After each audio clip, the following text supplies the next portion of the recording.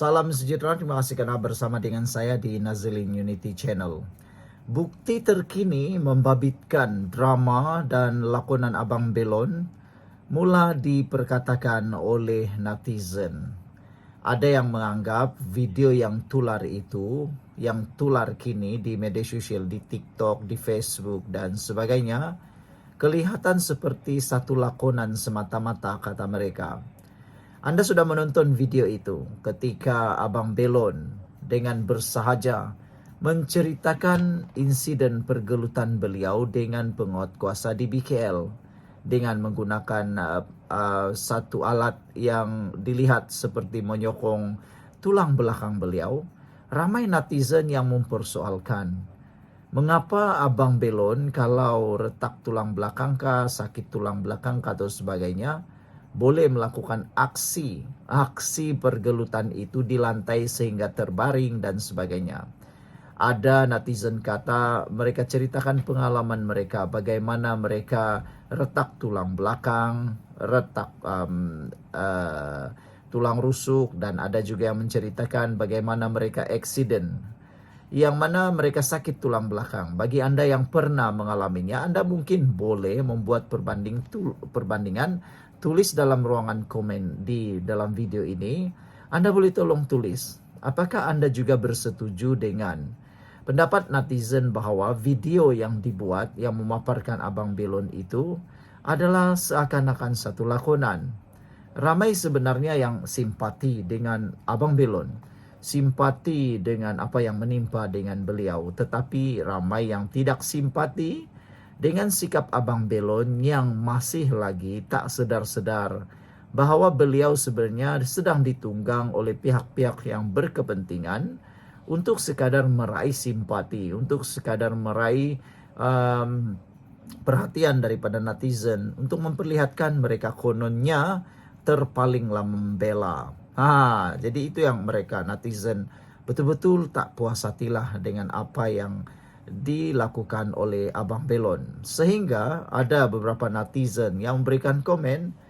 Salah seorangnya Imbosku berkata, Imbosku katanya, aku selutlah dengan Abang Belon ni. Pelajaran mungkin tak tinggi, kerja pun tak tentu. Dengan kata lain, kais pagi makan pagi, kais petang makan petang. Rekod dan sejarah hidup dia pun taklah bagus sangat.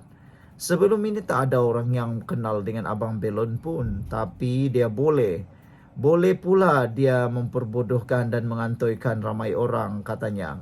Doktor, PhD, cikgu, lawyer, ahli-ahli politik yang berkedudukan dan berpelajaran, habis semua mereka kena scam, kata AM Bosku.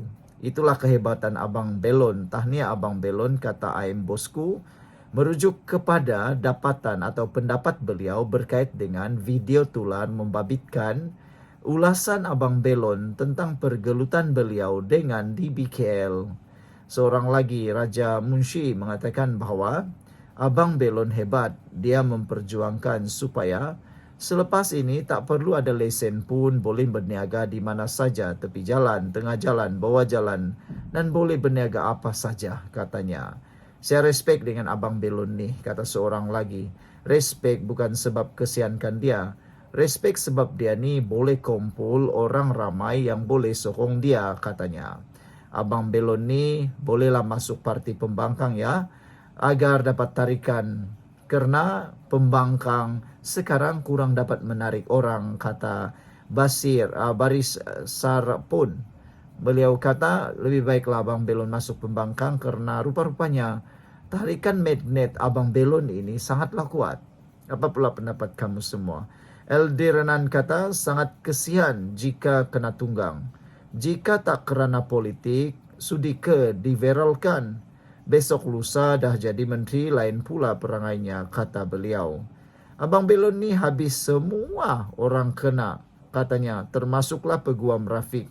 Tapi ramai yang anggap sebenarnya bukan Abang Belon yang kena mengenakan orang atau kencingkan orang, kata netizen.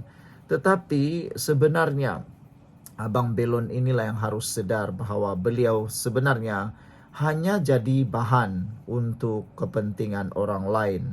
Ada seorang lagi netizen kata setuju sangatlah Ramai orang awam yang bijak pandai sudah kini tiba-tiba pula boleh terpengaruh katanya lagi.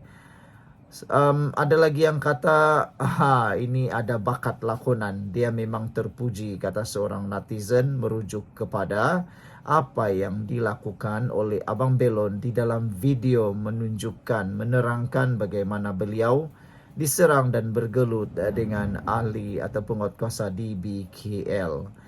Saudara-saudara sekalian, ada seorang netizen kata, betul cakap tuan, saya ada kawan yang aksiden retak tulang belakang. Dipasang besi pun beberapa bulan tak dapat duduk, apalagi goyang kiri kanan. Mata saya sendiri yang nampak, katanya. Hisham kata harap PDRM panggil doktor untuk soal siasat. Berapa sebenarnya yang dia dapat? Dan perjelaskan penyakit sakit tulang patah, bengkok atau tisu koyak. Kemudian dapatkan dari penjelasan dari doktor kerajaan. Siasat tak salah, yang salah kalau tak siasat, katanya. Seorang lagi netizen kata, Abang Belon tulang memang daruput, kata beliau lagi. Yang paling menarik ialah apabila si Ling kata, dia ada seorang kawan yang pernah aksiden retak tulang belakang. Dipasang besi pun beberapa bulan tak dapat duduk, apalagi goyang kiri kanan. Ini kan pula doktor swasta yang telah melihat Abang Belon itu mengesahkan bahawa Abang Belon berpotensi untuk boleh lumpuh.